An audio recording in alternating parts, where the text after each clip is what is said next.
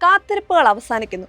താമരശ്ശേരി ചുരത്തിൽ മണ്ണിടിഞ്ഞാൽ വഴിയടഞ്ഞു പോകുന്ന ഉന്നത പഠനങ്ങൾക്കും ജോലി ആവശ്യത്തിനും വിദഗ്ധ ചികിത്സകൾക്കും നിരന്തരമായി ചുരമിറങ്ങേണ്ടി വരുന്ന റെയിൽവേയോ വിമാനത്താവളമോ ഇല്ലാത്ത വയനാട്ടുകാരുടെ ബദൽ പാത എന്ന ആവശ്യത്തിന് പതിറ്റാണ്ടുകളുടെ പഴക്കമുണ്ട്.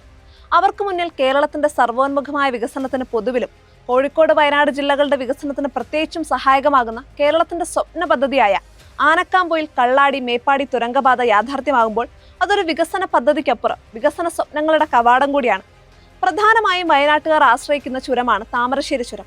ആരോഗ്യ ആവശ്യങ്ങൾക്കുൾപ്പെടെ വയനാട്ടുകാർ ആശ്രയിക്കുന്ന ചുരം പാതയിലെ ഗതാഗത തടസ്സം ജില്ലയിലെ ജനങ്ങൾക്ക് എന്നും തലവേദനയാണ്. ചുരത്തിലെ കനത്ത മഴയോ മണ്ണിടിച്ചിലോ പാറ അടർന്നു വീണാലോ എല്ലാം വലിയ അപകടങ്ങളായിരിക്കും അത് സൃഷ്ടിക്കുക. എന്തിന് ചുരത്തിലൊരു ലോറി കുടുങ്ങിയാൽ പോലും ഒരു ആംബുലൻസ് പോലും കടത്തിവിടാനാവാത്ത വണ്ണം ഗതാഗതം നിലയ്ക്കും. വയനാട് ഒറ്റപ്പെടും. ഇത്തരം പ്രതിസന്ധി ഘട്ടങ്ങൾ അതിജീവിക്കാൻ എന്ത് ചെയ്യാൻ കഴിയുമെന്ന ചോദ്യം എത്തിനിന്നത് ആനക്കാംപൊയിൽ കള്ളാടി മേപ്പാടി തുരങ്കപാതയിലാണ്.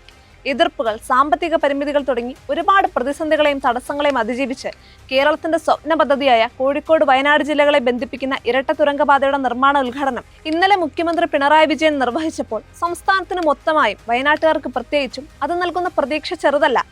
8.73 കിലോമീറ്റർ തുരങ്കപാത കേരളത്തിന്റെ ഏറ്റവും വലിയ അടിസ്ഥാന സൗകര്യ വികസന പദ്ധതികളിലൊന്നാണ്. താമരശ്ശേരി ചുരത്തിലെ തിരക്കുകൾ ഒഴിവാക്കുന്നതിനും കൊച്ചി ബാംഗ്ലൂർ വ്യവസായിക ഇടനാഴിയുടെ ഭാഗമായതും ടൂറിസം മേഖലയിൽ അനന്തമായ സാധ്യതകളുടെ വാതിൽ തുറക്കുന്നതുമായ തുരങ്കപാത വികസന രംഗത്ത് വൻ കുതിച്ചുചാട്ടം തന്നെ സൃഷ്ടിക്കും.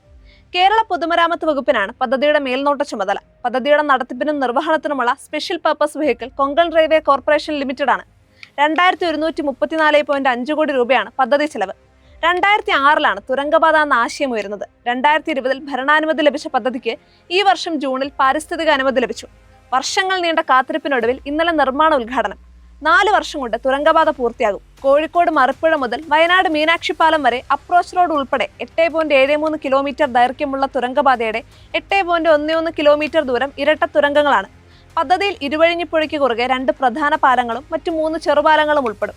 6 വളവുകളുള്ള റൂട്ടിൽ ഓരോ 300 മീറ്ററിലും ഇരട്ട തുരങ്കങ്ങളെ തമ്മിൽ ബന്ധിപ്പിക്കുന്ന ക്രോസ് പാസേജും ഉണ്ടാകും. പദ്ധതിക്കായി 33 ഹെക്ടർ ഭൂമിയാണ് ഏറ്റെടുക്കുന്നത്. 5771 മീറ്റർ വനമേഖലയിലൂടെയും 2964 മീറ്റർ സ്വകാര്യ ഭൂമിയിലൂടെയുമാണ് തുരങ്കപാത കടന്നുപോകുന്നത്. കോഴിക്കോട് വയനാട് ഗതാഗതം സുഗമമാക്കുന്ന, യാത്രാസമയം കുറയുകയും വിനോദസഞ്ചാര വ്യാപാര മേഖലകൾക്ക് വൻ ഉണർവ് ലഭിക്കുകയും ചെയ്യുന്ന ഈ സ്വപ്ന പദ്ധതി 4 വർഷം കൊണ്ട് പൂർത്തിയാകുമെന്നാണ് പ്രതീക്ഷ. പ്രകടന പത്രികയിലെ വാഗ്ദാനമാണ് തുരങ്കപാത. ഒരുപാട് വാഗ്ദാനങ്ങൾ കണ്ട ഇവിടുത്തെ ജനങ്ങളുടെ ഏറെ നാളത്തെ ആശങ്കകൾക്ക് 4 വർഷം കൊണ്ട് പരിഹാരമുണ്ടാകുമെന്ന് പ്രതീക്ഷിക്കാം.